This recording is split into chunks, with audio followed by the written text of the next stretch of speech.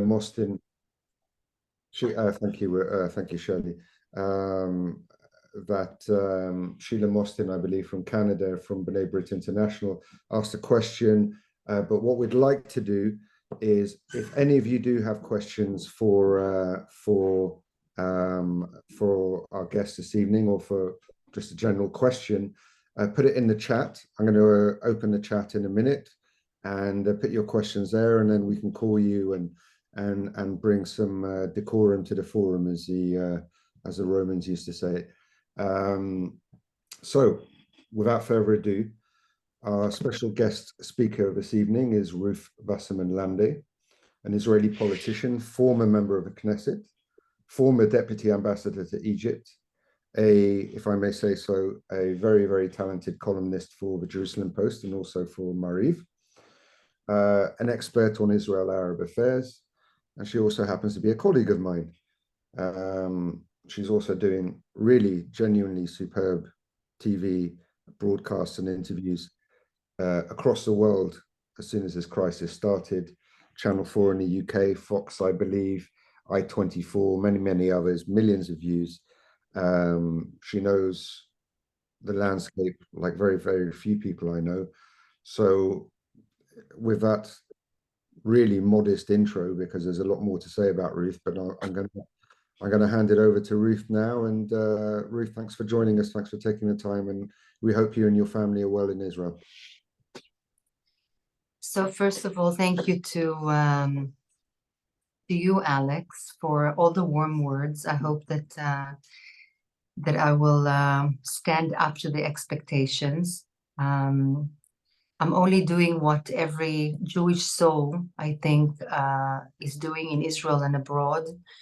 And believe me, it's very, very, very touching to see the whole of Israel and its resolve in the last 2 weeks. I mean, if we can take one good thing out of this very, very difficult situation, that is really seeing the resolve and the resilience of the Israeli people, and I must say the Jewish people. This is something that, for me,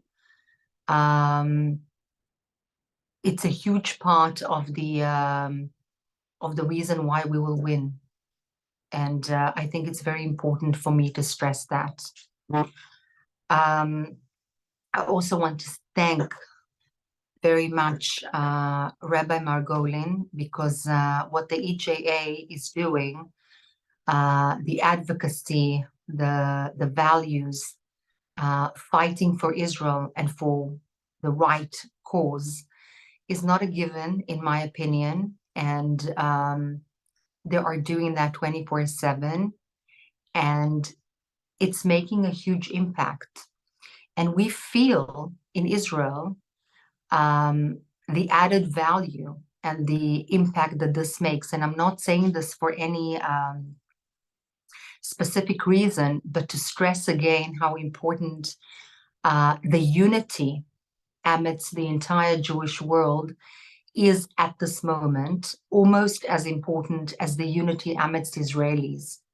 And to see more than 3,500 Haredim wanting, asking to be recruited to the IDF at this time, to see entire villages, cities, towns raising money, clothing, equipment, psychologists giving of their time, of course, for free, to help those that have unbelievable traumas. And, you know, the list is very, very long. It is a huge, huge source of strength. And this is the ruach, the spirit, which we have to have in order to win this war. But what I thought would be an added value from me to you this evening is to perhaps give a very short summary analysis briefing, which is a little bit more geostrategic. My background is that of an Arabist. I dealt with geostrategy in my army service and also in my professional life, having served as advisor of President Peres. And I commentate on issues pertaining to the geostrategy. And I want to share with you the way that I see what is happening in Israel in the past 2 weeks. And I will begin with the micro angle. I will then go to the macro angle. And I think that I will end, and it's not going to be too long, with operative steps that I think would be conducive to the cause. So to go to the micro aspect, this is what happened on Saturday, October 7th in Gaza. On the Shabbat, on Simchat Torah, you know that there was a surprise attack. It took Israel by surprise. A lot of the people's phones were off because it was a Shabbat and the Chag. And the terrorists that meticulously planned this attack, if one can call it an attack, and I'm talking about the Hamas, but this was not planned only by the Hamas. It was masterminded without any doubt by Iran. And the first step being the attack from Gaza.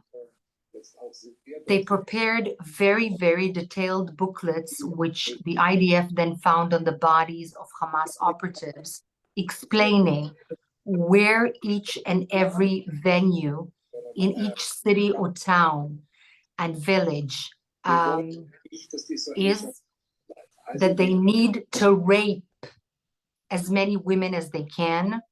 They need to kill as many civilians as they can and to kidnap as many civilians. It was very graphic, but of course not as graphic as the actual atrocities which they perpetrated. And when news started coming out, and it started coming out not only from the messages from the Israelis and the civilians that were hit, or from the headquarters of the Southern Command in Israel, which the terrorists neutralized. That was their first mission, to neutralize that in order to have them gain more hours without interference from the IDF. It was actually coming from them. They were filming, they were taking still pictures and posting them on social media, which adds injury to the hurt, because it was proud, it was unapologetic, it was so graphic and so terrible that not only I, but I think that Israel will never be the same again. And I'm not saying this to be dramatic or to make it more interesting. Israel after October 7th will not be the same Israel. Something has happened. I would even say it's more than September 11th for the United States. Israel will not be the same in a manner which is even more significant than America being a different America after 9/11. I think that a lot of people that had some kind of thought, understanding that we as Jews, and with our values and with our understanding, can have any kind of a relationship with Hamas, it's finished. And mind you, there were people in the establishment that not only thought that we can have a relationship with Hamas, this was the mantra, this was the policy, this was the Israeli stance, particularly led by Prime Minister Benjamin Netanyahu, but not only, and providing funding from Qatar via Israel, with Israel's permission, to maintain quiet, was a policy that was forwarded by Israel. So there was an understanding that some kind of a relationship could be held. This is finished completely. There was a complete and utter unity amidst the entire country, and I mean the entire country, left, right, center, and so on, that the Hamas can no longer exist in terms of capability. And this is a very difficult objective to reach. It was said and declared openly as an objective by the leadership, but particularly not only by the political leadership, but by the military leadership. And it needs to be verifyingly achieved.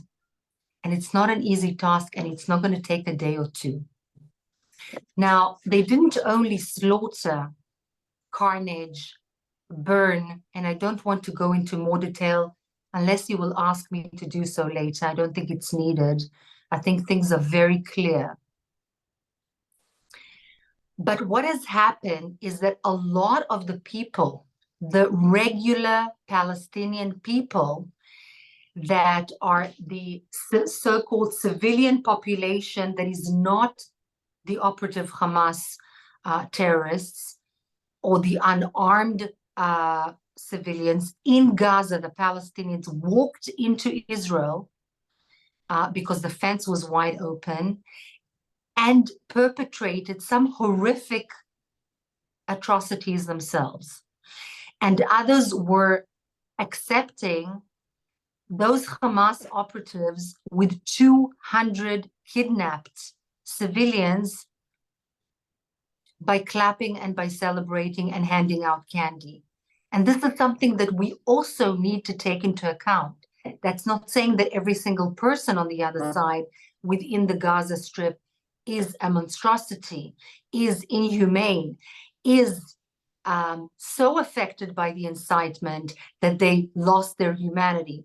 But there was a crowd of civilians who accepted this, celebrated this, and also perpetrated some of the deeds. And this is something that at least we needed to understand and comprehend. I'm talking about the liberal Israelis that, or the non-liberal ones that had some kind of idea that any kind of relationship could be upheld with Hamas and or their followers. Now, once the IDF got a hold of what was happening, the country sort of organized itself. Police officers, guards, border guards, volunteers, just men with some kind of courage, women fighters. When the country more or less, I'm saying more or less because it took 2 days, 2 full days to really get the country to fully gain control of what the hell was happening. There was a very deep understanding that 1, the whole country is united. 2, Hamas needs to be eradicated in terms of their capabilities. And 3, that this couldn't be done alone. Meaning that we needed the world to understand, not because we're not going to do what we have to do if they don't understand, but it's going to make our lives much easier to have a PR coalition behind our backs. And 2, because this is completely not a local Israeli-Palestinian conflict. This is not an Israeli-Palestinian conflict. It certainly is not about the land. This is an Iranian masterminded, ideological, extremist, unforgiving, macro attack beginning with Israel and aimed at the entire world. And they say this. It sounds like a movie, but they say this. And we need to listen. We need to listen in Arabic to what the Hamas is saying. We need to listen to what the Hezbollah is saying in the north. We need to listen to what is happening in the West Bank. Now, Iran has been entrenching itself into the south of Israel via Hamas for years. But it's also been entrenching itself with Islamic Jihad, with Hamas in the West Bank, competing with the Fatah, which they absolutely despise, and growing their strength, waiting for the day after Abu Mazen to take over the West Bank. I live 5 minutes from the fence in the West Bank, in undisputed Israel, in the Sharon area. 5 minutes from me today, there were attempted infiltrations from Tulkarem, which the military, of course, intercepted and fought. Israel is very, very small. And the Hamas said the master plan is to begin in the south. The second step is the West Bank. The third step is the Northern Front. We need to listen to them. We don't do it enough, or at least we didn't do it enough until 2 weeks ago. And what is happening is that apart from the very, very obvious standing of the United States beside Israel, coming of Biden to Israel personally, unprecedentedly, in the midst of a war, to say we are actually here not only to give strength to the Israelis, but also to send a message to the enemies, it's not enough. They sent unprecedented amounts of armament and military presence to the region. I'm sure you all realize that this is a huge presence, military presence. To me and to my analysis, not just to scare the Hezbollah away. Doesn't make sense. To send a clear message to the mastermind behind this, that they understand. But this also isn't enough, because they say and declare that Qatar is a friendly country on the right side. Are they? I don't think that they are. And it's about time to say to Qatar, choose a side, because they've been dancing on 2 weddings for a very, very long time. And it's not a matter of who's right and wrong. This is a life and death situation. This is like in the movies, the good guys and the bad guys. You just can't be on both sides. And you know, Saudi Arabia needs to choose as well. Now, as we speak, the Houthis are taking arms and joining the call of Iran for jihad. Not in Gaza, the holy world jihad. Listen to Iran. Bist du schon im Zoom? I'm sorry? I'm sorry? Did somebody say something? It was just Ruth, carry on. No, it was just somebody Okay. unmuted themselves. My apologies. Nice. So the Houthis are taking arms, the same Houthis in Yemen that Iran stopped or put them on quiet or on a pause after signing the Iranian-Saudi Arabian agreement recently, moderated by China. Remember that agreement? One of the aftermaths of this agreement was that the Houthis were put on pause by the Iranians. We'll give you a break. But now they're taking arms. The Iranians, as we speak, are calling on their own citizens to take arms and join the holy war, to volunteer here. They are calling on the Shiites in Iraq to attack the US and Israel. The Iranians, and nobody is speaking about it, are entrenching themselves for a while now in Jordan. This is the island of stability for the US and the West. The Jordanian Hashemite kingdom is relatively weak. It has a huge Palestinian population, and the Iranians suddenly recalled that they have Shiite holy sites on the border between Jordan and Israel. This wasn't done yesterday. This has been going on for a year or two.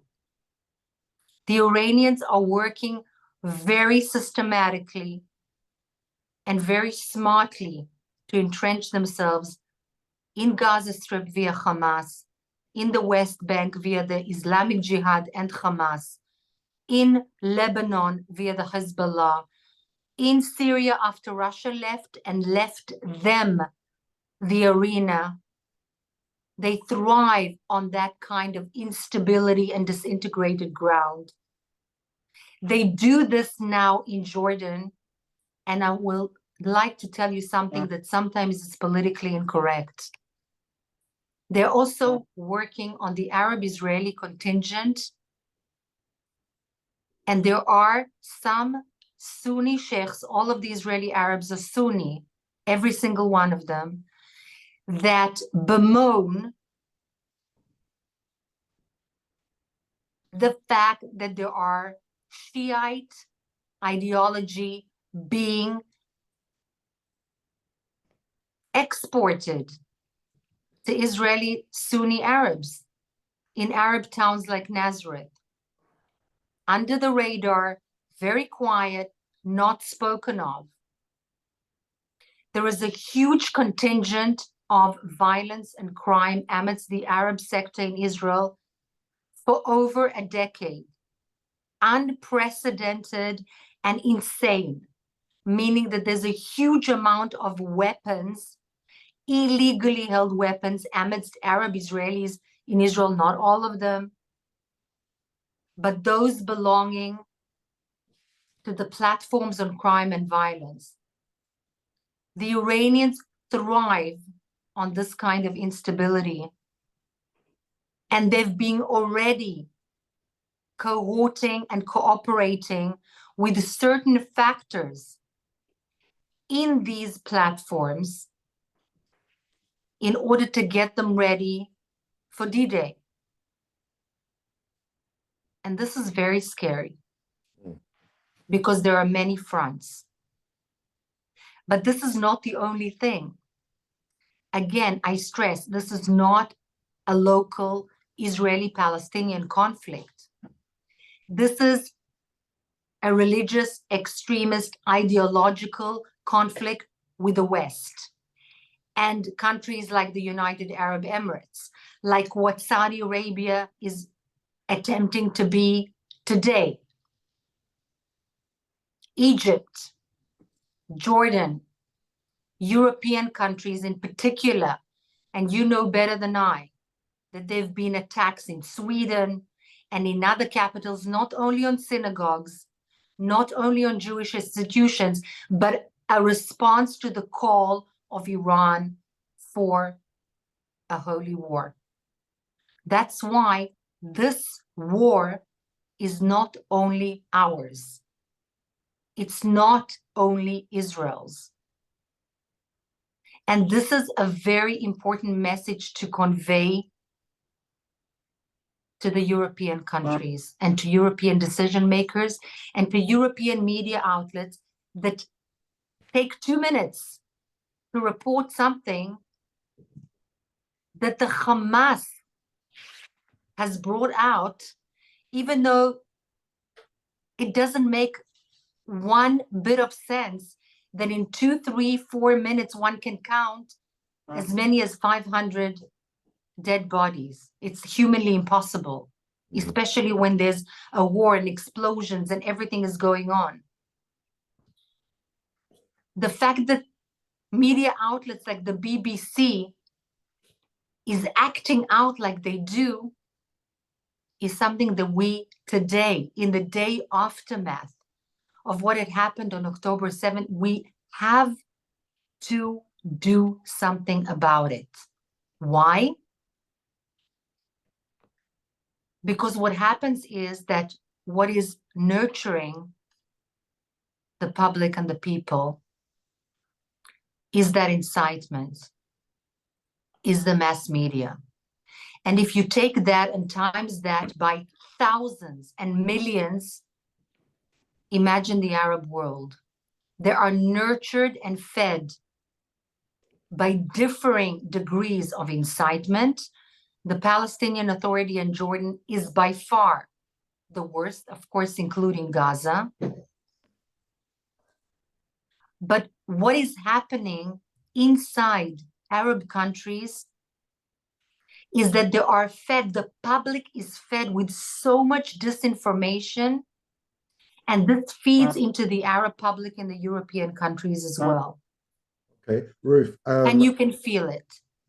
Sure, it's a very, very good point, particularly on the misinformation. And I'm just gonna, if I may, just for a second, I just want to stop you there, because what we've seen here over the last week is a kind of war, as you've rightly put it, and it's something that our chairman spoke about this morning. Said, look, this isn't about an Israel-Palestine conflict anymore. This isn't about politics. This seems to be a sort of carte blanche for just opening up attacks on Jewish communities everywhere. And of course, this having an impact in Europe. And we've seen spikes in anti-Semitism in content online. And I'm sure a lot of our community leaders with us this evening have felt that as well. Horrific figure, 1,200% rise in anti-Semitic hate speech. And Tomer Al-Durbi from Fighting Online Anti-Semitism, I just want to bring you in here for a second. What are some of the tools that we can use? You know, Ruth set out you know, she really set the scene, the table out in a very, very comprehensive way, and what we're up against. And we're in this information war. What are some of the tools that we can use? What are some of the trends that you're noticing that can help our communities here on the ground get our message out? Tomer, can you hop in for a second, please? Yes, thank you. Thank you very much for inviting me and FY with you today. We have started with our activity of training thousands of volunteers and activists in Europe and outside Europe. Thousands of people have joined us because, as Alex just said, we see a rise of anti-Semitic content. Most of the content is violent, calling to kill, to murder Jews around the world. And I'm afraid it might happen in the following days because people are affected, of course, they are what they see online. So first of all, I also invite you to join to our community. We do online trainings every day in various languages, so people like yourself can help us fight anti-Semitism without leaving your houses. The tools would be reporting the content, and it's quite easy. That's what also we talk with the participants on the trainings, and being active online. So reporting the content you find online. And I'm very glad to share with you something that not many people know, because we are also going to share it maybe in the tomorrow and the following days. Facebook and Meta, they improved their social media guidelines. So they remove, as far as we can see, they remove more of anti-Israeli content. They have never done this in the past, but if you see hashtags like death to Israel, or let's, you know, free Palestine and take Israel for, not free Palestine, but like there is no place like Israel, we need just Palestine, etc. Those hashtags and those spots today, they can be removed on Meta. So on one hand, we see lots of anti-Semitic and violent and pro-Hamas content. On other hand, Meta and TikTok, they work quite better to remove those links. Okay, Tomer, thanks. And in terms of, you know, what, if anything, can we do to push back against these kind of things? I know, you know, the reporting is an effective tool, but actually in terms of messaging or what tips and tricks would you have for us? So I would encourage you again to be active on social media platforms. Many people ask me, if we are active and if we comment, maybe they will get better exposure to these posts of pro-Hamas posts. But I always argue that if there are posts and fake news conspiracy theories like, I don't know, no Israeli was murdered, etc., and this kind of fake news, and if these posts get lots of likes and comments, you should comment your own idea, your own thought, and actually the news that we know that are facts. So I would say there are so many videos out there in so many languages. There are so many initiatives. Stand With Us, for example, is doing an amazing job in different social media platforms. You can enjoy their videos and share this also on your social media platforms. So it's Alex asked, I agree with you. It's not just reporting. It's being active, sharing videos, sharing comments, sharing content. And this is something you can do. And besides reporting the person, I would say the best is just sharing your own personal story. Like, I know someone who was there. I've been to Israel and I know ABC. I know some people, etc., etc. My son, my friends are in the army. Sharing personal stories and sharing your own stories, usually people are more related to that. Sometimes, or usually, they are more related to numbers and facts. Of course, it's different from and so numbers and data. Of course it's relevant. It's depend which are the audience, etc. Okay, thanks, Tomer. I just want to raise something, and then I want to open it up, and then I'm going to ask, if I may, for a second to come to Ellen, because Ellen posted something on the group which was very, very interesting. But it's more of a question, and then I'd really love to hear from our guests on this, what your experiences of this are in your countries.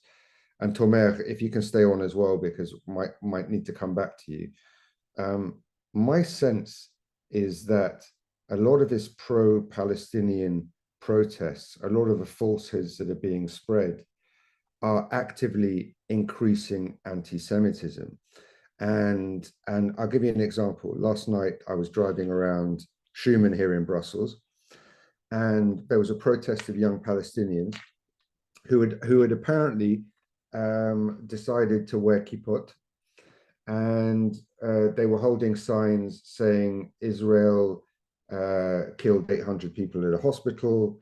I saw that in Utrecht, somebody had illegally projected the Palestinian flag on the famous cathedral bell tower in Utrecht. So I'm very, very keen to hear from, I mean, Holland's always been a bit problematic. I know Chief Rabbi Jacobs probably wants to jump in as well. I know Lawrence is with us as well from Germany, and I know there are countless guests from all over the place, Bianca as well, and others. But I'd be interested in hearing not only your experiences, but any thoughts about how your government has reacted, what more we can do as an association to help, and any initiatives you may have. Ellen, do you want to jump in and share your experience of what's going on in Holland now, and also any suggestions or tips that you may have? Well, the problem is I don't have any suggestions at the moment. Right. We're facing, like now, there's a demonstration again in Utrecht of over 1,000 people protesting against Israel, pro-Palestinian. The problem is, we know what's happening, and we know what's happening in Holland, although our Prime Minister and our Minister of Justice are very much adamant into supporting the state of Israel and supporting the Jews in Holland.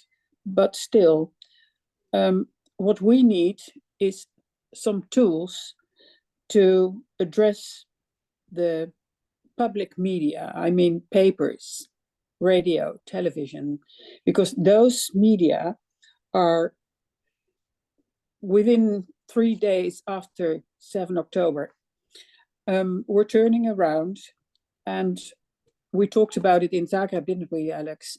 Yeah. We're turning around against Israel and talking about the poor Palestinians. And they swallow every little scrap of news from the Palestinians about the death, which I'm convinced are highly exaggerated. The attack on the hospital, which is proven to be false. But they are so quick in their reaction that when it happened, when the hospital was targeted or hit by a rocket, within minutes, everybody was talking about the attack from Israel on the hospital. And what we need is tools to address the media, to address television, radio. There are so few media prepared to admit that they were wrong, that it wasn't Israel who did it, that it wasn't the fault of Israel. But what can we do in Holland about this huge problem? It's a great question, Alan, and I'm going to put one of my colleagues on the spot on this, and I'm going to bring in Tal Rabina.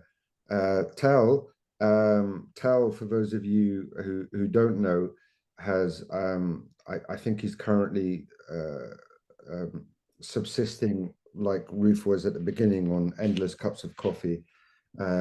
He doesn't seem to sleep. Yeah. Been working literally night and day, feeding the media, not just the media, but also various groups with talking points and up to the minute information. Tal, can you hop in for a second and maybe address some of our leaders here? Because one of the things that strikes me is that it's very easy to start to feel overwhelmed in these situations when you are up against a media that seems to be hell-bent on taking the word of Palestinians who have repeatedly, like Hamas or the Palestinian Authority, who spread falsehoods all the time, and who, by and large, because of the way they control their own populations, are in a position to just basically say whatever they want. How can we as Jews navigate in that environment? What can our Jewish leaders do to push back against it? I know that's a tough question, Tal, but be interested in your thoughts. Can you hop in? Of course. The thing we must understand that since we are in the family, I allow myself to be less politically correct. The word life has when we are suffering, and they showed a lot of love and empathy on Saturday. But when we stopped suffering, even we didn't even bury our death and heal our wounds, the world is coming back to the normal, so-called normal behavior towards us. Now, one must say, and again, I'm speaking within the family, one must understand that this problem is not the problems of the Jews in Europe, but the problem of the state of Israel. We were very late. To tell you the truth, we are not functioning. The official Israel is not functioning. And this is why we don't react on time. This is why we don't give the answers on time. And the hospital thing is just an example. I would go to what I believe you can do. React on false publicities that you see. You see an item on TV, you hear it on radio, you see it on the website, which are false upon the material you know. Call, write, send a request to correct. I know it's a Sisyphic work, but this is what the Palestinians are doing. the pro-Palestinians, which, by the way, in these days, I believe we should call them pro-terror protests. This is what they are doing. They are just bombing, so to speak, the editors with whatever they are believing in, and it's affecting them. The other thing is, if you see announcements of conventions of people who are going together in public houses or even in hotels, put on the pressure on the municipalities, put on pressure on these hotels, on those companies of chains of hotel, and tell them that it's not the right thing to do. Have a public demonstration against them. All this you can do without leaving your salon at your house, okay? And it works, by the way. We did succeed to cancel few of these events, because when you face the municipalities, you face the hotel chains, you face the other places that are about to host such conventions, they go back. Another sorry, thing, and sorry. go ahead, Ellen. Go ahead. Sorry, I hear what you're saying, but I can tell you it won't work in Holland. We've tried to prevent the demonstration of tonight. We called the municipality, and in Holland they say there's a right to demonstrate, and everybody may come out, tell what they're thinking. So even if we try, we don't get the right reactions. So that's my problem. I must tell you, Ellen. Ellen, may I remind us all, we had this thing with the Quran burning in Sweden, okay? The first reactions were just exactly the same. But when we insisted and came back and back with the same demand, that this is not freedom of speech, this is freedom of incitement, they stopped. So, again, as I told you before, it is going to be a very specific work. They are not going to hear the first time. They are going to ignore the second and the third and the fourth time. But if we will insist, and the Swedish example was not too long ago, believe me, it works. So I mean, the minute you're addressing them, you should know that the first and second and third reaction will be not the one we are wishing for.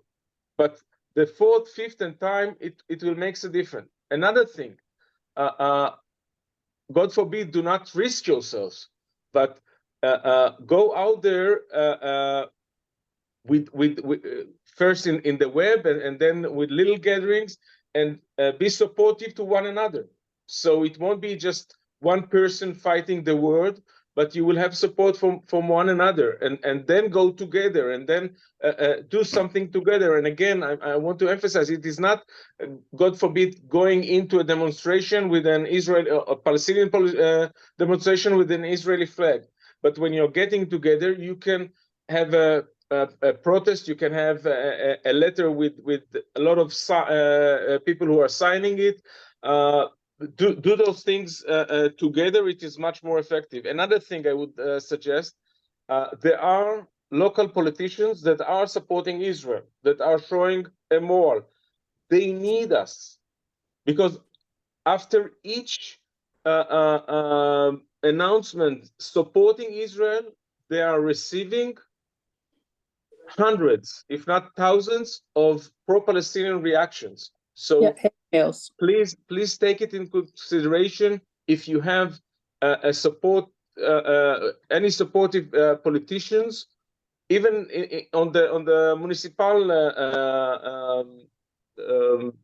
level, please do support their support. Please do help them. Please do send them letters of thank you. We appreciate your moral stand. Okay, it is important.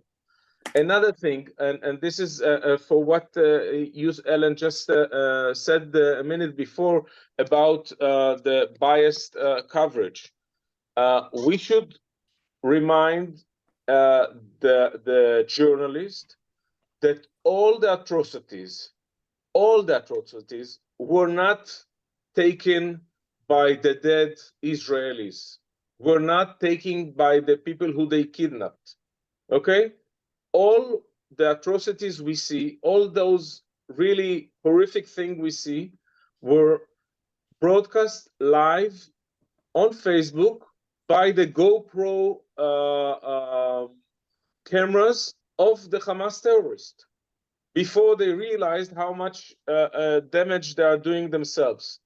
So whenever they tell you this nonsense of, well, there are no evidence that they kill babies, there are no evidence they rape women, etc., etc., etc., just insist to the journalists. I mean, we cannot, you know, we cannot argue with the Palestinians. They won't believe us. It's a waste of time. But when I hear it from the journalist, just remind this, because this is a fact that no one can say it wasn't. Okay, all atrocities, again, all atrocities were taken by the cameras of the terrorists themselves. They were showing off with it. Okay, and last thing, if I don't want to take too much of your time, last thing, which will be very, very practical, and I think I didn't hear everything that Tomer just said, but I think I heard something like that. Do everything personal and in humane way. I was there. My cousin told me that one is a sister of someone who once hosted me. And keep it simple. You know, the net is full with all kinds of very creative movies, clips, etc. As simple as it is, the most effective it is. And when you are leveling with the people you are engaging to, when you look them in the eyes, it works much better than any you know, very clippy MTV clip that show us dead bodies. I hope I gave you some tools, Alan, and the others, of course. Okay. Thanks, Tal. Very, very useful. Now, specifically for community tools, and I'm going to come back to Ruth in a second, because well, in a couple of minutes actually. Ruth, I want to come back to you because it's clear that we have a lot of troops down at the border ready to go into Gaza. The situation is about to get potentially a lot worse.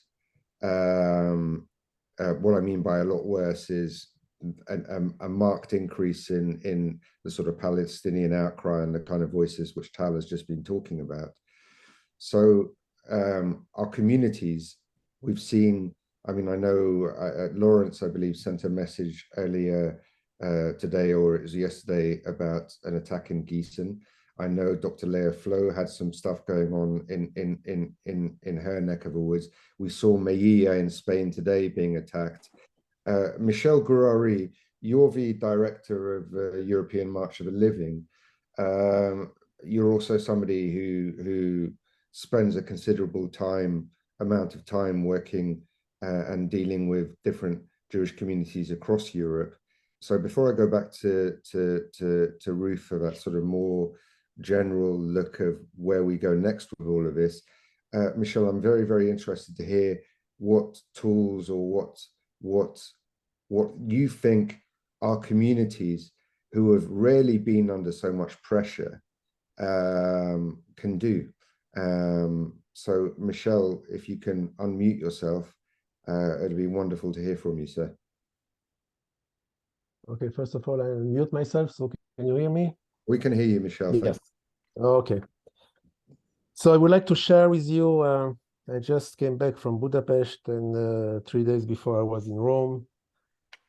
And I will explain a little bit my perspective, being a community social worker and having in Israel, I took care of all the community resilience projects and programs when we had to cope with all the terror attacks during the Second Intifada. So I would like to say the following. First of all, you have to understand that we are facing a national tsunami, earthquake, a political tsunami, a military tsunami, a social and society tsunami, community tsunami, family and personal tsunami. What you are experiencing right now in Israel, it's really something terrible because it's an earthquake and a tsunami. So we have to cope with that. The second thing is, unfortunately, I foresee that this tsunami will also hit the Jewish communities in Europe. So my first recommendation is that you have to prepare yourself for that.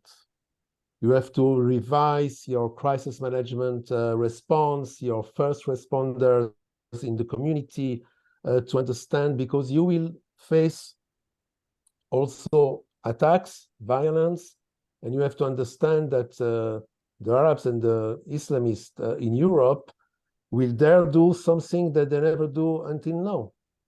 In Israel also, we saw that the Hamas, they disguise themselves as soldiers, as policemen, and do not the horrible things that I think that you have to speak about them, but you have to be prepared in your community to go to the police, head of police, to revise all the security arrangement, because it could be that some of them will try to enter, to force the houses of the communities, to enter also the apartments of some Jews, because that's the mood.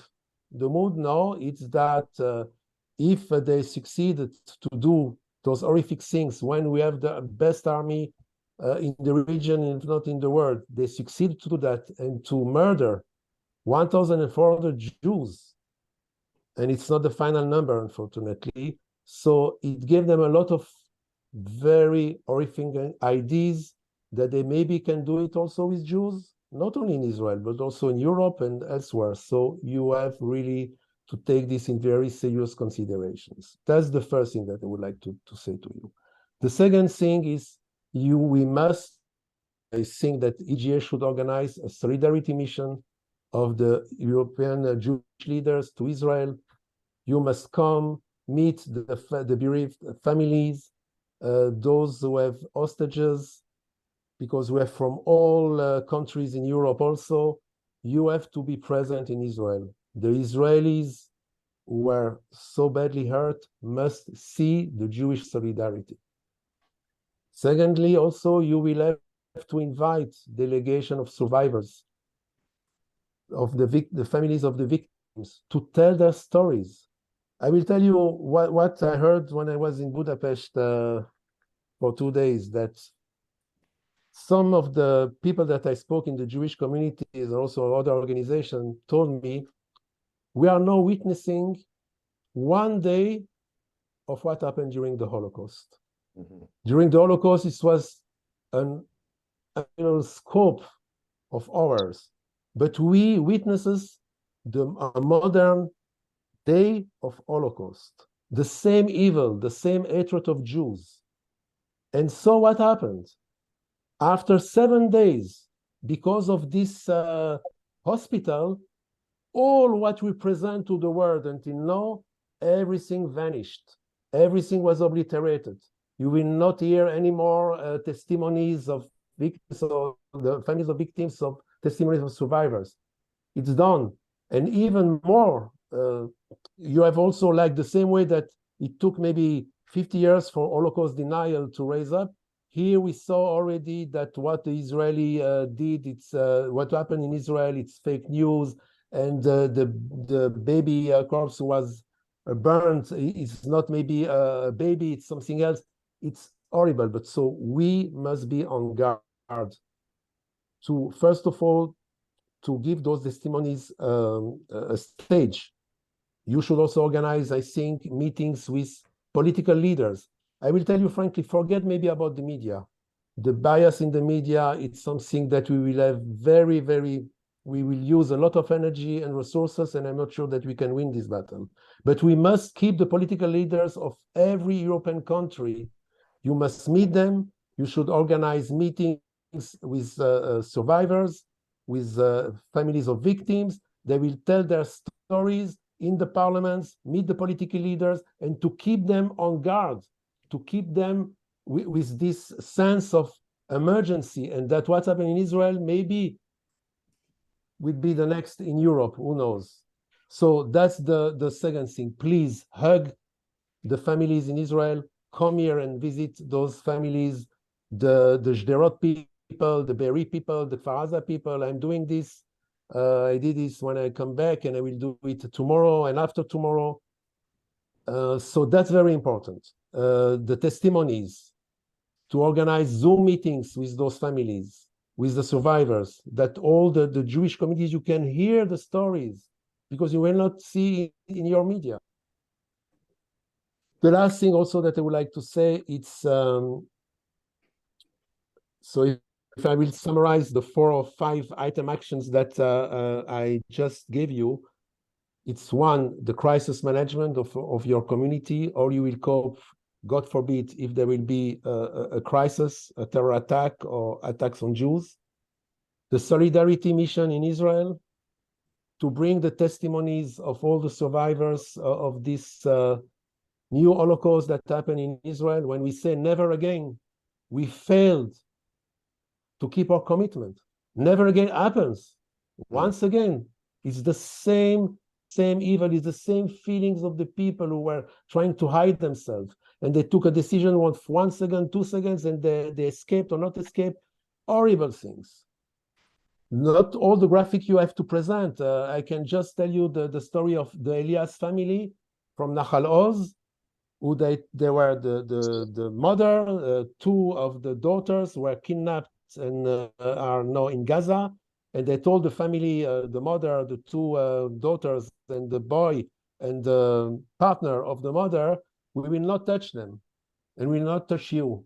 They were killed just after this. And before they were killed, they took the boy of 12 years old and asked him to go door to door, to knock on the door of the houses, and to ask them to get out.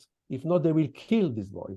So imagine exactly the same situation that we are during the Holocaust. So please, we must keep those testimonies alive, because now it's obliterated in all the media. I saw all what I brought from abroad, all the newspapers. It's crazy. It's the victims in Israel, but the same victims in the Gaza Strip. And regarding the media, the only thing that I can say, yes, maybe the only thing that you have to do is to try with the social media to have all the volunteers of the community to flag out all the problematic posts, to ask the different platforms to remove those posts. That's something that we don't have sufficient people who will do that. And Tomer can absolutely give you all the tips how to do that in a way that the social media will receive your reports and will act according to those reports. But please, I urge you, the situation is a tragedy, but we are even not at the beginning, at the end of the beginning, sorry. We are not even at the beginning of the end of the beginning and the beginning of the end. It's a long process now. We didn't enter the Gaza Strip. We have the problem in the north, and what Ruth said about all the region, we will go through very, very difficult times. Michel, thank you. And I have often struggled with that Churchill quote as well, where he said, I think it was with this. It's not the beginning of the end, but the end of a beginning, or something. It's one of his things that I think he said after he drank rather large amounts of champagne. But in any case, I know exactly what you meant. Thank you. There's some really, really great tips there. I particularly think, which could deal with some of the points that Ellen was raising and others. I really, really want to look at this idea of bringing survivors for a European tour to meet, for instance, Ellen or Lawrence or whatever, with your local politicians there in Utrecht. And we're going to directly look, I'm going to speak to Rav Margolin and see if we can set that up. And also if we can look at doing an EGA Solidarity Leaders Tour to Israel. So we'll definitely look at that. I should also say there's another issue which we want to, and I think we can get behind, and we're working on it. And Alan, I'll have some more news on this for you in the next couple of days, is the hostage business and keeping the hostages on the front page. I'm going to tell you something now, which, because I'm amongst friends, I want to keep it amongst friends. But next week in Politico, which is the main newspaper here, we have a front page going in saying bring them home, with a short selection of some of the hostages. We're going to run this campaign. This is something that we can look at bringing Europe-wide as well, and underpinning our efforts there. Ruth, you've been very, very patient. Thank you. Michelle touched upon a very, very important point, and we're going to come back to where you left off. The situation now, right now, as we speak. Okay, before I come to this, let me just say, just as a personal point, I grew up, and I had it drilled into me from my parents, 67, 73, you know, almost this sense of invincibility that Israel had, and what happened on October the 7th made me feel for the first time in my life that there was maybe some hubris going on in Israel, that it wasn't as I thought, that Israel isn't as strong as I thought it was. And that had a big destabilizing effect on me as a Jew in the diaspora. It had that feeling. And when I hear Michelle, a man that I've known for a number of years, talking about this calamity, this catastrophe, I can see the effect that it's having on Tal Rabina, or my Israeli friends, on Ruth Wasserman Lande, on others. It shakes me to my core. And that's a very, very worrying circumstance. And I know that we're just at the beginning of this. Now, I don't want to talk ourselves into a depression, but I know that once our brave soldiers of the IDF go into Gaza, the whole situation is going to change. And we had Ambassador Regev with us, and he said very, very clearly, and it was quite a smart observation, Ruth. He said, you know, he sort of measures things almost like a traffic light. And he said immediately after the 7th, we had that sympathy, and it was on green, and everything was fine, and we had that sympathy. And then when the bombing started, the green starts to move into orange. And then that the Hamas hospital bombing felt like the orange is almost turning to red. And here we are just about to go into Gaza. What's your sense, Ruth, of how things are going to look in Gaza, and what, I mean, it's very, very difficult for you to predict, and we're just talking, but what you would anticipate the fallout of that action is going to be? First of all, I'm sorry that I'm not the bearer of good news, but you're all well knowledgeable, as Tal said, family. So I would like to be respectful of your knowledge and to be very frank with you. I'm very concerned. The Hamas is expecting the Israeli soldiers to come in. It's their turf. It's not going to be easy. It's not going to be easy for us internally, and it's not going to be easy in terms of the world opinion, and what the world expects of us. And I think that this is something that is a given. We can do many things that will have some kind of an effect. One was mentioned, a mission of solidarity to Israel by leaders, community leaders from Europe, which is amazing. Second, I need to check the list of all the nationalities of the kidnapped. There are about 37 nationalities, if I'm not mistaken. There are many. I want to check, Ellen, perhaps there are people, I'm not sure, that are of dual Dutch nationality as well. And that would make perhaps a huge impact 41 nationalities. 41 nationalities. Perhaps we need to check if there are, apart from those that we already know, also people from that have the nationality of the Netherlands. But I would take, and they are very willing to cooperate because they are desperate for any, for people, for the world to hear their voice, to tell their personal stories. And it is impossible to remain apathetic to the families of the kidnapped civilians. So even to invite 1 or 2 or 3 family members to tell their story, make like a press conference or one, and second, really a meeting with the members of parliament and decision makers to have their story. It is impossible.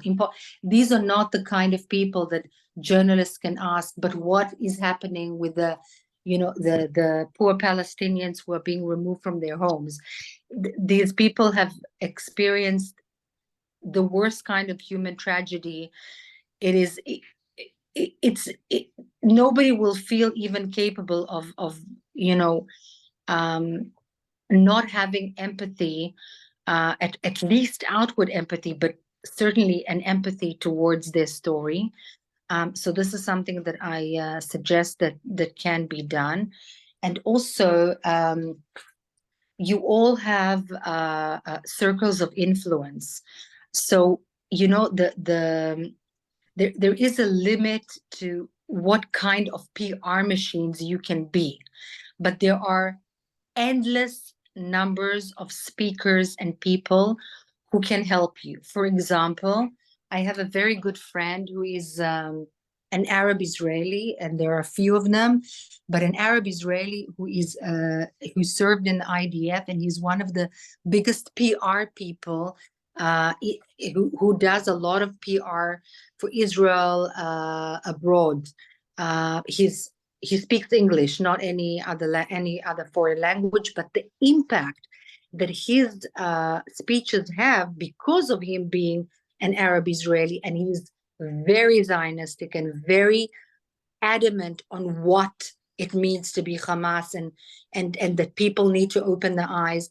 Very, very, very impactful. And this kind of person can really bring a message across to very difficult audiences, including Arab audiences. So the Hamas see him as such a threat that they recently said that he was the biggest spy, helping them to kill as many Israelis as possible. That's how successful he is in his pro-Israel PR that he does. So this is another thing, but there are endless numbers of people who would be willing to speak and to share this kind of experience that are not necessarily the families of the kidnapped, but people who have an impact because there's something to them that makes them different. Okay. But there's a limit to what you as Jewish community leaders can do in terms of PR. I mean, you have a life, you have a job, you have the community, and so on. So the question is, can we think of something that is also impactful on a larger scale? And this is a very big question, because we are standing in front in the beginning of a very, very challenging, it's not even a war anymore. It's an all-out plan, meticulously planned by Iran, and they are now using every single proxy right now. Rockets were shot from the Houthis. There are reports saying that they were fired towards Israel. Houthis are in Yemen. It's a completely new front. So the magnitude of what is happening, you're talking about a ground invasion to Gaza. I'm saying the ground invasion in Gaza is almost like something to take the attention away from what is really happening here. It's an attack that is in a magnitude that is very different, very different. And yes, the attack will have a lot of negative PR, but we need to change the disc inside our heads and understand that this is just a small angle of a very large and much bigger magnitude operation directed by Iran, first and foremost towards Israel and the Jews. Yeah. I would make a case to go to decision makers in each and every country, city, and so on, and to drill this message into their brains. Mm. Okay. This is what I would personally do, because with Alex, all respect, the masses who are pro-Palestinians, honestly, I mean, they're 24 hours a day, 7 days a week. It's important, Yes. but I don't see a humongous, unbelievable success apart from the steps that we've already spoken of to change the minds of the masses. Okay. We need to change the minds of those who make the decisions. Okay. Alex, Yes, please. with your permission, I really like to hear our leaders sharing with us Well, more their experience. I was just about to tell, because they say great minds think alike, because I wanted to, I very, very briefly, you know, it's clear that in countries, and I'm going to speak because we are amongst family here, Tal, there's a difference between, let's say, France or the Netherlands, where there are large Muslim populations, and for instance, somewhere like Poland or indeed Hungary. And I'd be really interested, because we have Edward here with us from TSKZ. Edward, can you unmute yourself and say, I mean, I'd imagine some of the stuff that you hear from Ellen or from French Jews is probably not necessarily what's going on in Poland, but what are some of the challenges that you're facing during all of this, Edward? Well, we we all took all the news what will happen on Simchat Torah with very heavy heart. Mm. Every single one of us is really concerned. We had 2 rallies already in a city of Warsaw, one organized by Chief Rabbi of Poland, Shudrich, on Friday the 13th, and then we had one that in the evening, because one of the hostages is our friends. We know him, dancing, but the problem in Poland, it's twofold here. We have a change of government at the present, and the press and the media are mainly. I have dogs. You can probably hear them. Yes, through that. okay. It's okay. Excuse that, because It's I have real 4 life, dogs at home. Edward. It's real life. It's Yes, it's real life. So the media here, radio, television, and all the internet media are all concerned about the changing of the government in Poland, and although they do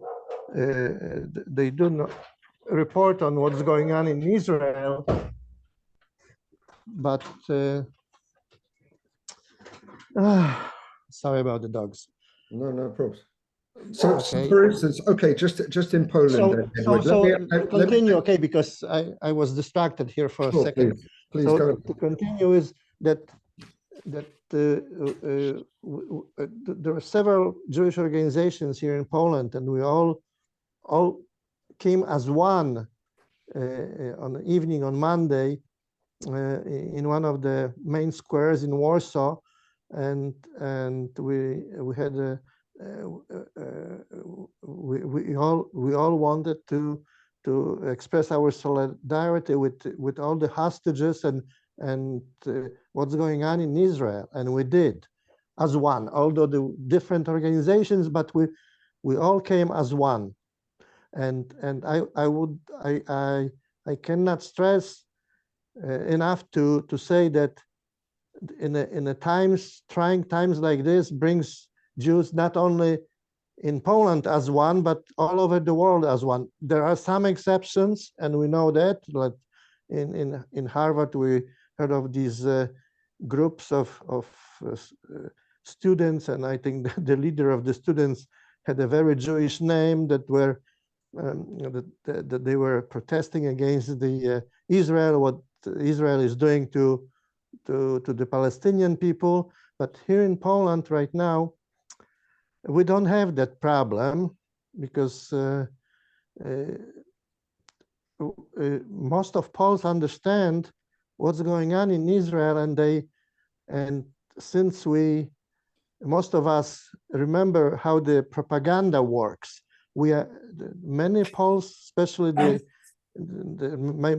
maybe not the youngest generations, but the older Poles understand that many of the things that they hear, they have to filter through the propaganda filter, and we are accustomed to that because that's what we were taught how to do, understand the propaganda properly through 50 years of the communist rule here in Poland, right? So I see on the internet that there are some anti-Israeli sentiments, which are usually coming from the far right, people who are basically Nazi sympathizers. There are people like that in Poland, but there are very few.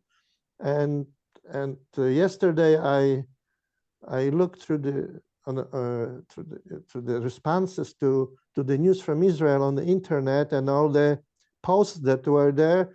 Most of them were sympathetic to the cause of Israel. So I'm really surprised that, of course, there were some posts that were not, but they were in minority. And although we all respond to those posts, but there were people who were not Jews that also responded positively, in our eyes, to what happened here. Okay.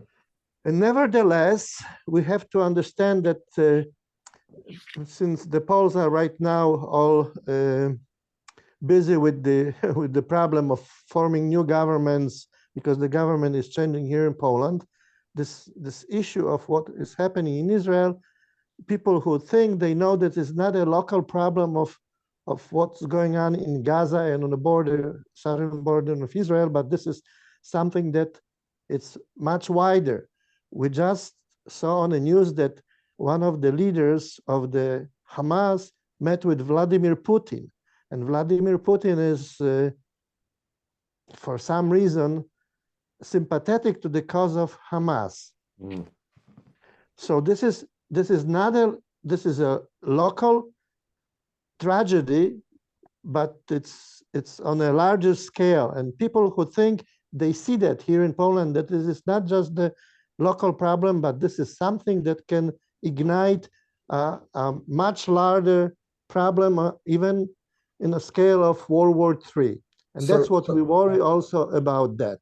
So Edward, just specifically, I mean, you mentioned the election. So we saw that Tusk is now currently trying to cobble a coalition together. Right. But this is the process that will take maybe a month and a half or 2 months yet. I understand. But I understand, but I'm just asking. I'm just asking a question from your perspective. Given that he does need to cobble this coalition together, presumably with some groups not necessarily on the right, where does and if we are looking at a protracted ground campaign and we need to dig ourselves in for a while, and we saw recently a fair amount of Polish fatigue starting to creep in just with Ukraine generally. If you were to call it, how could you see the situation in Poland changing? Poland, up until now, with law and justice, for all of Kaczynski's faults, he was relatively okay with Israel. There's been the odd hiccup. Do you see that continuing, or do you see that getting worse? Yes, I see that continuing, and even more so because Poles, since we can see that in the news that Putin is aligning himself with the Hamas and Palestinians, and Poles are traditionally, since the World War II, are against Russians. So I see that when Poles see that they will that they will think that this is not a good alliance for Poles to do the same thing what Putin does. So they will most likely, of course, we have to see that in the course of next month or two what will actually happen. But what I think is that will, since they are against Putin, therefore, you know, the enemy of my enemy is my friend, right? Right, right. So Okay. on taking that into account, that since we see that Putin is the one who aligns himself with Hamas, therefore, since we are against the Putin, then we are against the Hamas as a Poles. Okay, so perfect, Edward. Thank you. I know. You're welcome. Thank you for that, and we're going to watch what happens with interest. I'm going to move now straight to a man who happens to be not only one of the most fast walkers I've ever met in my life, but also one of the most eternally optimistic, usually.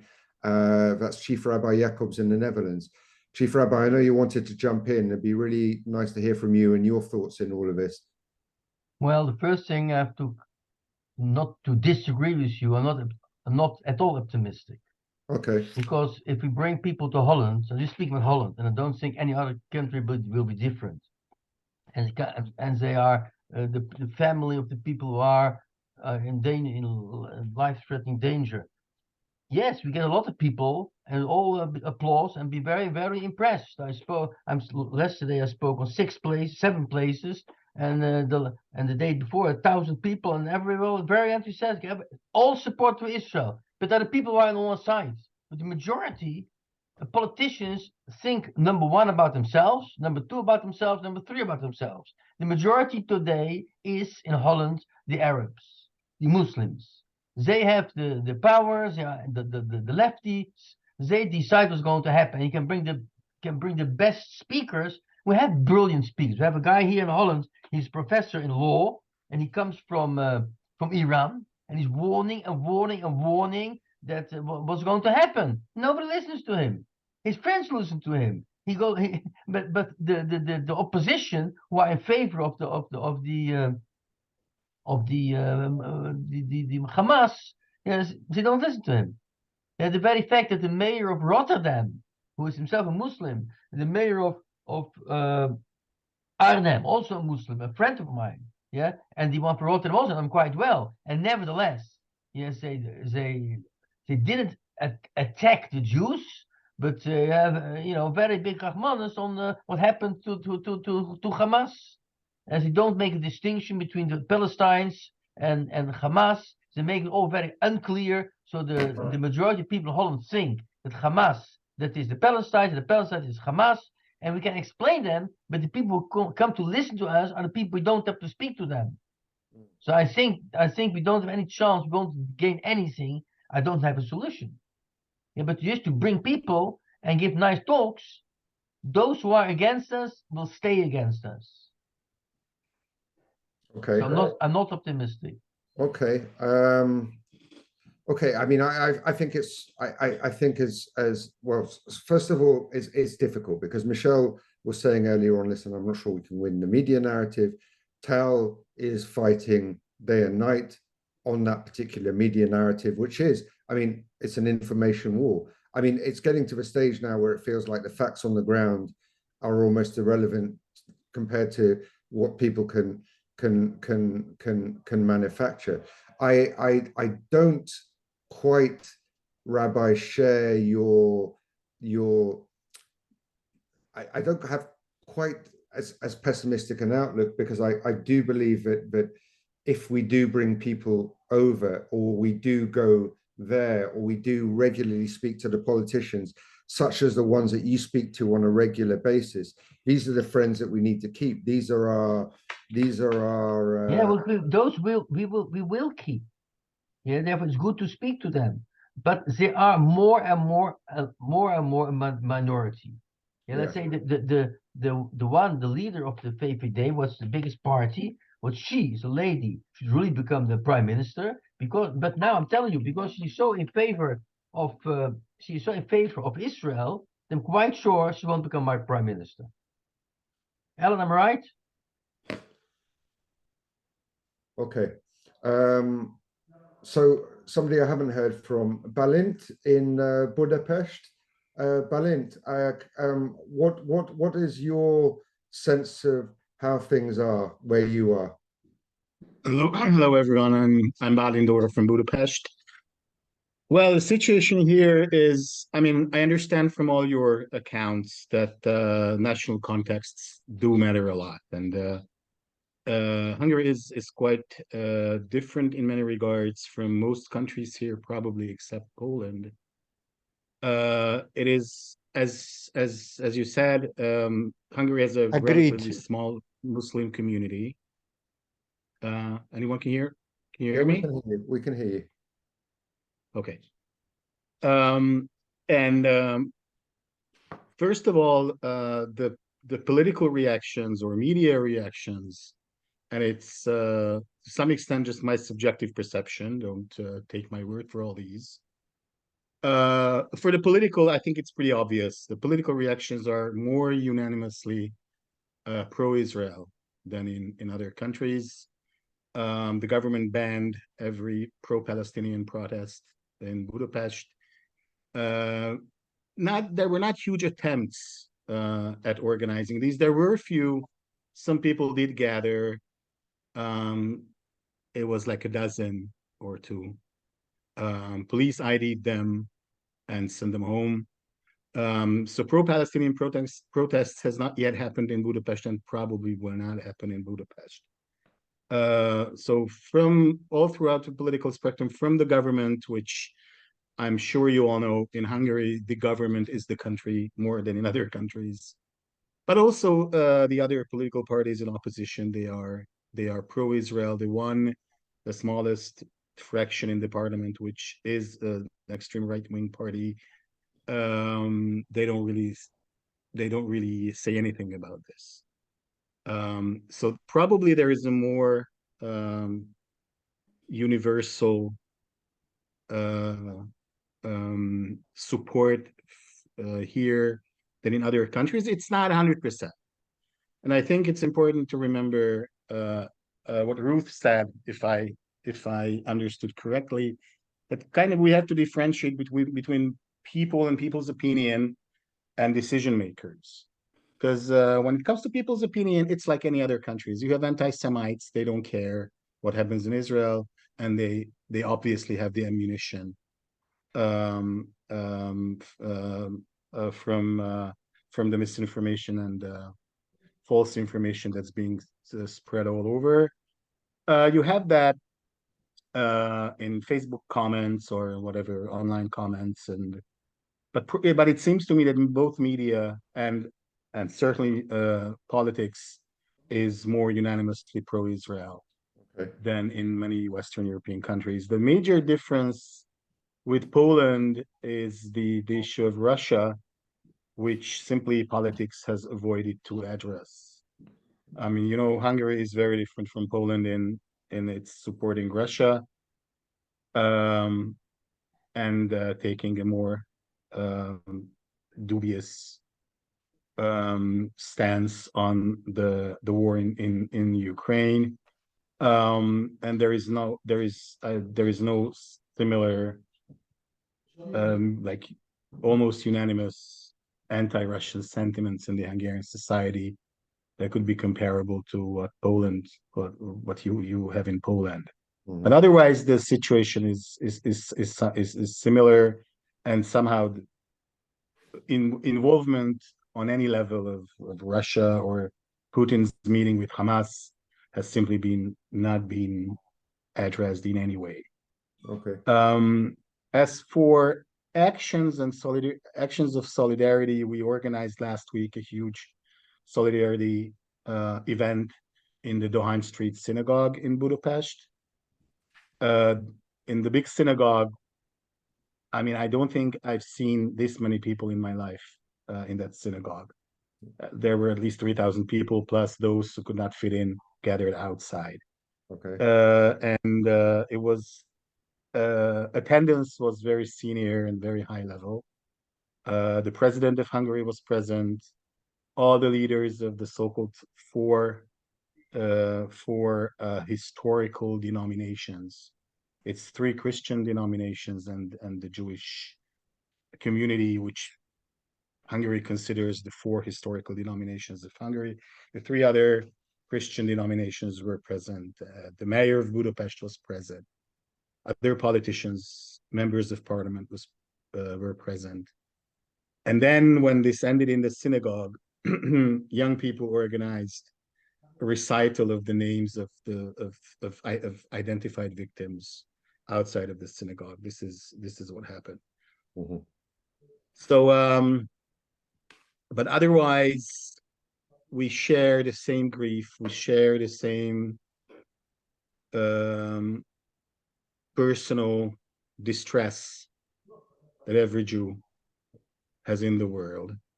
And I think acting on a European level will become or will be even more important than what it has been during these times. Thank you, Balint, very much for that. First of all, it's great to see you and great to hear from you, and thank you. And that sounds like an incredible event. And if you can share some photos on our group of that. Okay. That. It'd be wonderful to see it because we could do with it. I just want to. I'm going to ask people. Maybe you want to raise your hands. Maybe you just want to jump in and share your thoughts. Bianca, can you unmute yourself? Bianca, I know you're one of the younger people here. My sense is that you have your own war going on as well on campus and other places. Can you hear me? Can you hear me, Bianca? Yes, I can hear you. Currently, I'm not in the Netherlands, but I keep in touch with the community in Groningen because I'm that Dutch Union of Jewish Students leader in Groningen, and I know that my community actually organizes a lot of meetings, so people can get calmer, because the problem is that like half of ER in Groningen is that these are Israeli people, so either their families got affected or friends of friends got affected. So we try to keep together. Groningen is actually a city that is in the north of the Netherlands. So it's a little bit less affected than Rotterdam or Den Haag in terms of protests and in terms of progress with pro-Palestinian marches, but it also happens. Like even today, we were talking about one of the protests that took part that was in the city, and there were of course like chants chanted that there shouldn't be about of course from the river to the sea, like a very popular one, to like chanting for Intifada, to like mentioning Khaybar, like. So that's the problem that we face, but I think it's the general Dutch problem also. Other than that, we try to stick together. Like next week, I'll be back to the Netherlands, and already we planned like a big community Shabbat dinner and bread making activity before that, so we can actually still focus on community building and sharing information from all the channels that we know. Okay. And Bianca, before I let you go, I mean, we heard from Tomer earlier on and others. What sort of, I mean, you're presumably you're a fairly prolific user of social media. What's the kind of stuff that you're seeing out there right now? And let's compare pre-October 7th to now. What are you feeling? What are you seeing? So of course, it depends what kind of feed everybody gets, depending on the friends that you have, on the university activities that you are attending, or your social circle. I would say that a lot of people tend to share news, of course, on social media or reels made by certain groups of people that usually try to explain something, but it fails, because obviously what we can see on social media is largely biased, and it's a lot of pro-Palestinian bias that we can see. And always seeing those things that people are sharing. Like I try to talk to people, also my own followers or my own friends, but it's very difficult because once someone hears something somewhere and they tended to be like in this group that is like a very liberal left, so it's very difficult to shift their viewpoint 180 degrees. Stuff like we could see that yesterday with the hospital, for example. Like there are still people, some people sharing the info about 500 people dead and in Israeli airstrike on the hospital, and then it's difficult for them to accept that it has been actually otherwise, that it had nothing to do with Israeli airstrikes. So there's this question that remains always, like, so if this is not connected to Israel, and then you are not going to correct yourself, and every human being makes mistakes, right? So that's a part of a problem with social media, and I try to also, like, via my social media channels, I try to inform people as much as it's possible to do with verified information. So sometimes I do get answers that they are not very nice, because obviously when we have like people with their own convictions, it's not that you can change their mind just like that. Like some people, they changed their viewpoint, especially after October the 7th. We all agree that civilian deaths is not what we are looking for. Nobody's looking for that on either of the sides of the war. However, they changed their viewpoint on Palestinians being victims. They don't see them as victims any longer, but this is like 10% of maybe what it was a week ago, because now there's like a huge propaganda from social media, like I own Palestine, for example.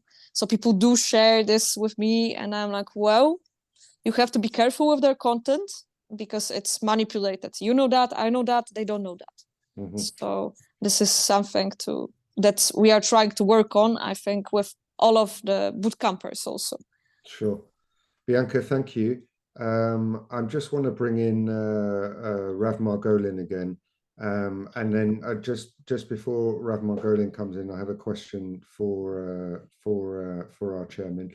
If anyone wants to jump in at any stage, please, unmute yourself and make your voice heard. We want to hear from as many of you as we possibly can. Rav Margolin, there's a sense that a lot of us almost feel like not passive observers, but sort of events are happening and they're sort of beyond our control. You've always been a person that's very good at bringing people together, organizing events or whatever.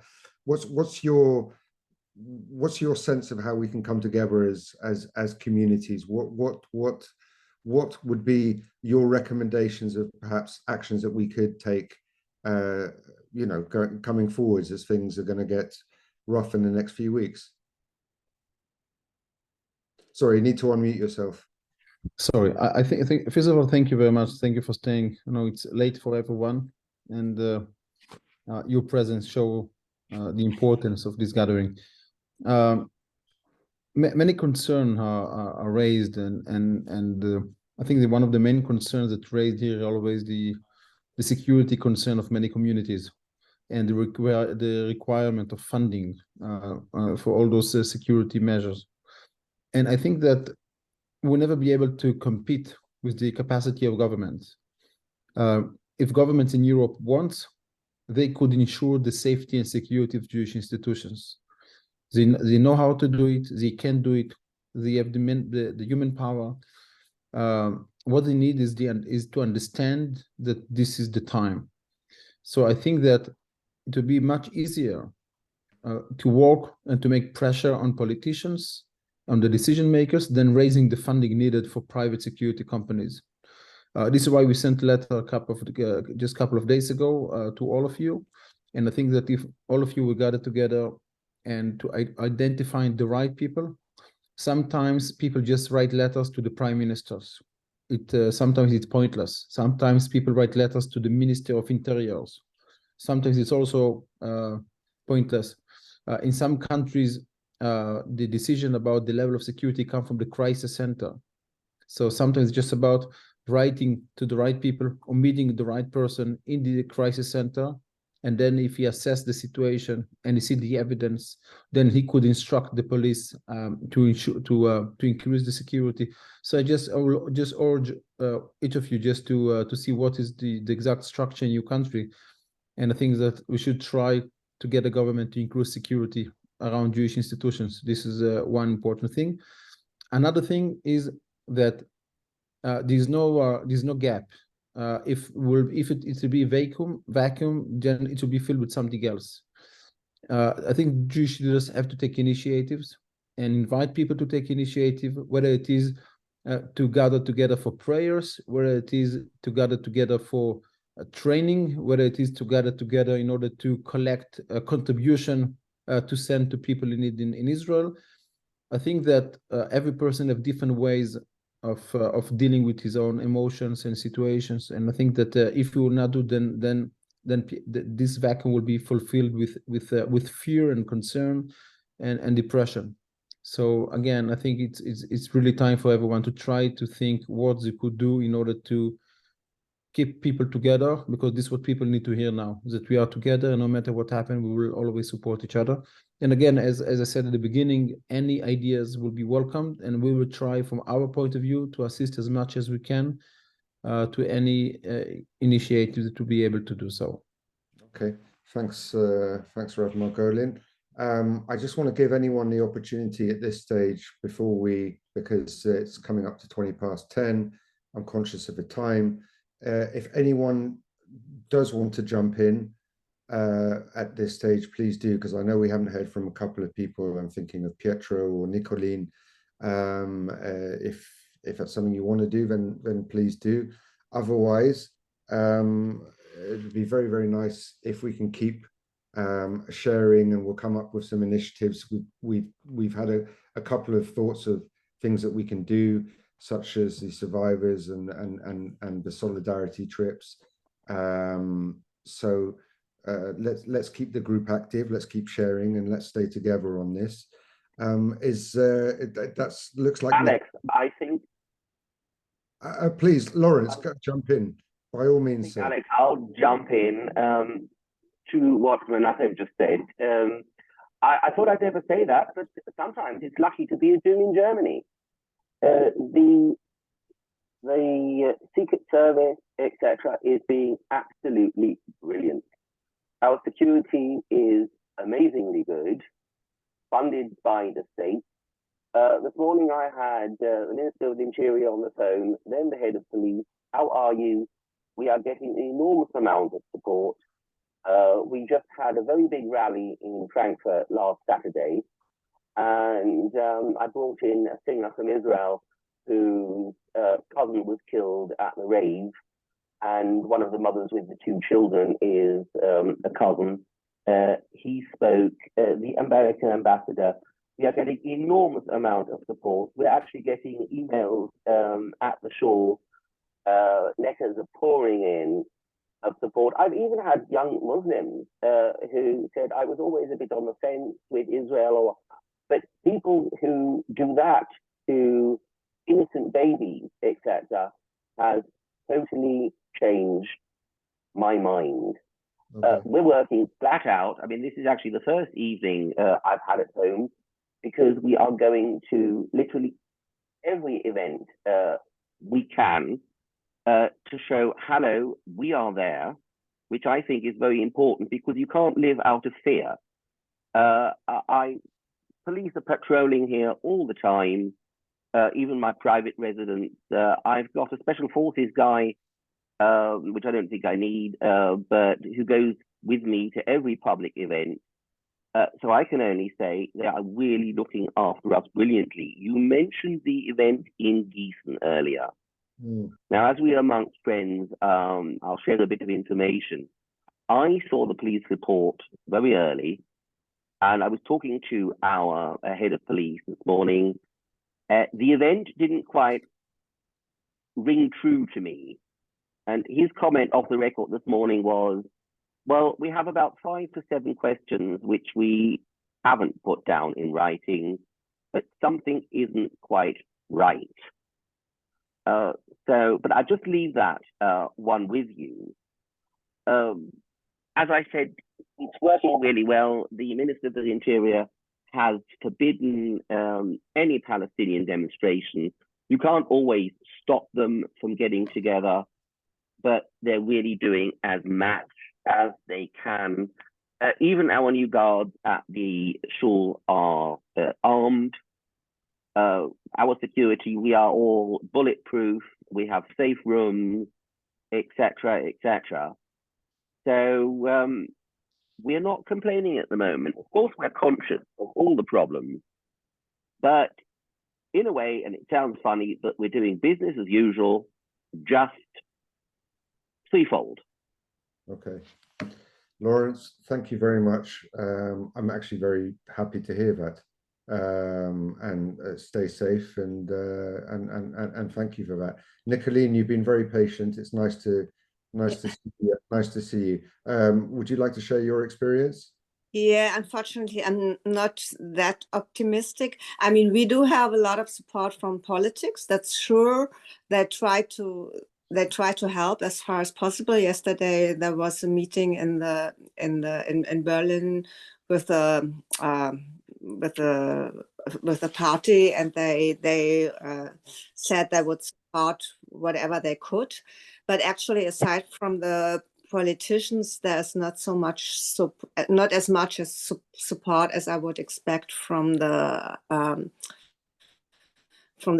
people. And also, we have a real serious problem with not enough police in Berlin because there's a lot of, I mean, probably you saw that we have a very massive problem in Neukölln and parts of Neukölln with demonstrations, and we have, I guess, about 1,000 really violent Palestinians who are around. And I have a friend, I have one friend who had her address on the in the internet, and she's really frightened now. She said she also saw people she never saw before who seemed to spy on her house. So actually, the situation is not really very good, and we don't know if the police is really able to handle everything as it is. Otherwise, they say there's no it's really not a certain threat, so it should be safe to go to the synagogue or to go to events that have been posted. So I also was to an event yesterday, and I think it's safe like that. But of course, people are afraid. So that's the situation in Berlin, and I don't know how it's going to turn out. On Sunday, we are going to have two demonstrations, pro-Israeli demonstrations. One is at 2:00, a big one with all the parties and other associations, and German Israeli Association is organizing it also. And then there's another one at 6:00. So we will see who will come. Usually the last one we had about 2,000 people, which was quite good for Berlin. But actually the Palestine side, I think they have more people on their side.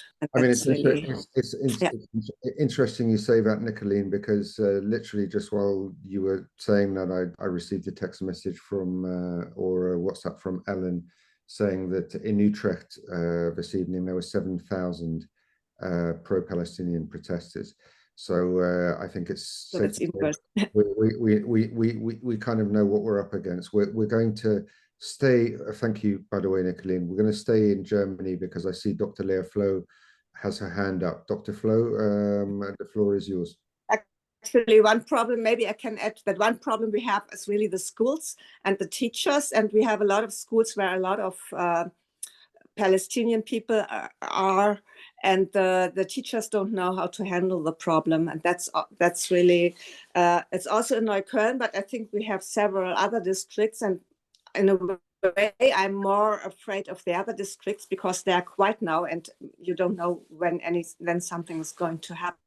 Because actually there are districts like in Schöneberg are parts, and also in the neighborhood where I live in Moabit, that have really a lot of Arab population, and also Well, it's a mosques that are. It's a very good point. We saw what happened in France with teachers. I mean, I know a lot of teachers literally, as you've just said, very succinctly, just don't know how to deal with the situation, and that's manifested at universities and all over the place as well. So that seems to be the situation. That's a very big problem. I think that's one of the main problems that has to be tackled. It does. Thank you, Nicoline. Dr. Flo, you have to unmute yourself, Dr. Flo. We can't hear you. Can you unmute your phone, please? There we go. Now it's better. You hear me? Much better. Good evening. Okay. First of all, I want to say that I feel myself personally involved in this war. First of all, because of the president of the community. Otherwise, my granddaughter is in Sahel more than 1 year. So I get the first information from my granddaughter. And of course, in first less than 24 hours, we organized a demonstration for Israel in Düsseldorf with many, many young people, with the mayor of Düsseldorf and so on. It was a big success. And 1 day later, we organized the same in Mönchengladbach. But that's not enough. We started with dotation for Israel. And at the moment we got from our friends, not Jews, and also from community members, more than 20,000 euros, which we would like to spend for Magen David Adom or some other places in Israel. And I want to say that I'm such chutzpanit that I contact the Interior Minister in Düsseldorf and also the Federal Minister of Defense in Germany and ask them to be ready to give us a plane to transfer medicine, food, some things, and also the bandage material to Israel. So now I didn't get any answer, but I have support in parliament in Berlin and also in Düsseldorf. So we're working very hard. And the problem is I support also what Rabbi Jacobs said. I'm not very optimistic. 20 years I tried to make good relations with the Muslim organizations in our region. And sometimes I have a feeling they smile in the face, but when I will turn my back to them, I will get a knife. So I'm a little bit filmy radical for Israel, and keep us all together to support Israel in any way. Doesn't matter of demonstration, dotation, but support Israel and stay to Israel. Thank you, Dr. Flo. I want to bring in Tal, and then we'll start to wrap this up. Tal, we're trying to find not necessary solutions and answers, but certainly looking at some of the resources available. And I know I alluded to it earlier on. You've been working very, very hard. Something you want to share, perhaps with this particular group, a resource that they might want to make available to themselves. Tal, please. Just to let you know that, as mentioned, we are updating literally 24/7, hundreds of journalists all across Europe. And if for any reason you feel you don't get enough updates, you want to be in one of our WhatsApp groups, you want to share, of course, you can always mute it, just send us a message, and we'll be very happy to have you on board. Again, it's 24/7 updates, so you don't really have to have it all. But if you need anything from us, special information, you have a question about people that were kidnapped that maybe live in your country, any action, any initiative you would like to check with us, we are here for you, and don't hesitate to call us, reach out, and we'll be more than happy to try. We cannot promise anything because, as you all realize, this is wartime. But I do promise that all of us will do the best we can to supply whatever we can deliver to you guys. I can tell you that as an advocate, and I take a newspaper every morning, I've been chucking my newspaper in the bin every evening, thanks to Tal's group, because it's so thorough and has all the information that I need, that by the time I get home and open the newspaper, it's completely pointless because I'm extremely well briefed. So I cannot recommend that resource enough. If any of you are interested in that, please let it be known on the group or established WhatsApp group or via Shirley, and we can get that. We can get you added to that group straight away, because Tal has been doing an incredible job on that. I can. It's not Tal; it's the whole EGA and APA staff. Indeed, but I mean, it's everybody. Well, the 24/7 bit. Let's say you're on the you're the midnight caller in this one. Let's put it that way. You're the guy doing the late shift, so. So it's appreciated. You're a modest man, but plaudits where they're due. May I ask just one question, Alex? Please, I have a question to Ruth. Is it possible to make a small summary of, let's say, just one page on the items you mentioned about Iran and the things connected to it in a readable and easy access way, so I can use it in order to address the politicians and the people who need to know? I would most appreciate it, because most of them have no idea what's happening.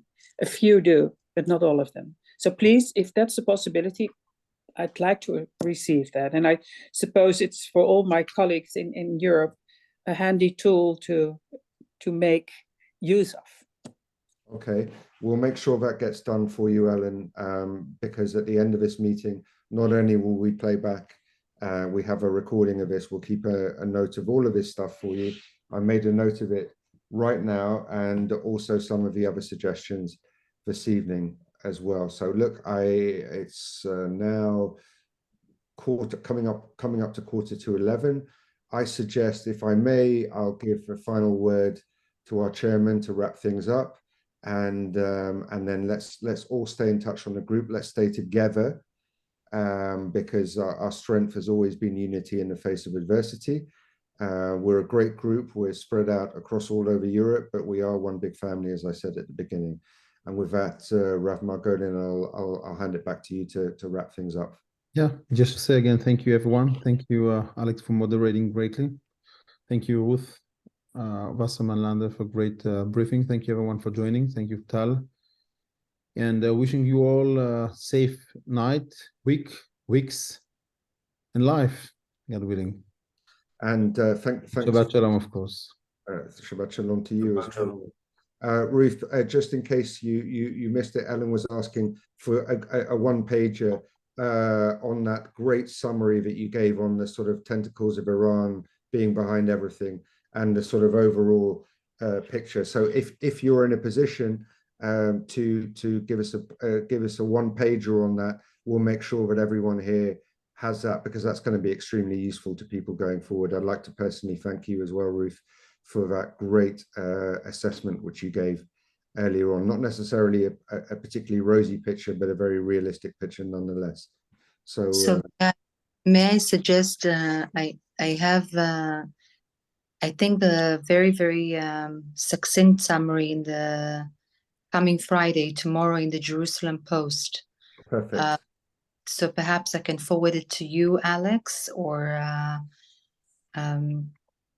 maybe we can put it up on the website, and it basically has the vast majority of the things that I mentioned. And I just want to apologize for having been a teeny bit pessimistic, perhaps, but to end by saying Am Yisrael Chai. Amen. Important thing. Eretz Israel Chai. And Ruth, as soon as that thing goes live, send it to us, and or even beforehand, I'll make sure everyone on our group gets that. Ladies and gentlemen, stay strong. These are dark days, but the night is always darkest before the dawn, as they say. I know it sounds like a cliche, but it's absolutely true. I always try and remain optimistic. I believe that if we stick together, the cause is just. We'll stay together on this group, and we'll ride these next few weeks together as a team, as a unit. And Baruch Hashem, everything will, and Bezrat Hashem, will come out the other side as we always have done, strong and in good health. So thank you for your time this evening. It's been a real pleasure being able to moderate this, to hear your stories, to hear your experiences. And I will speak to you very, very soon. Thank you very much. Thank you, Alex, and thank you, Rabbi Garland, for organizing this meeting. Pleasure. Shalom. Bye. Shalom. Bye-bye. Shalom. Shalom, kol tov, Shabbat shalom.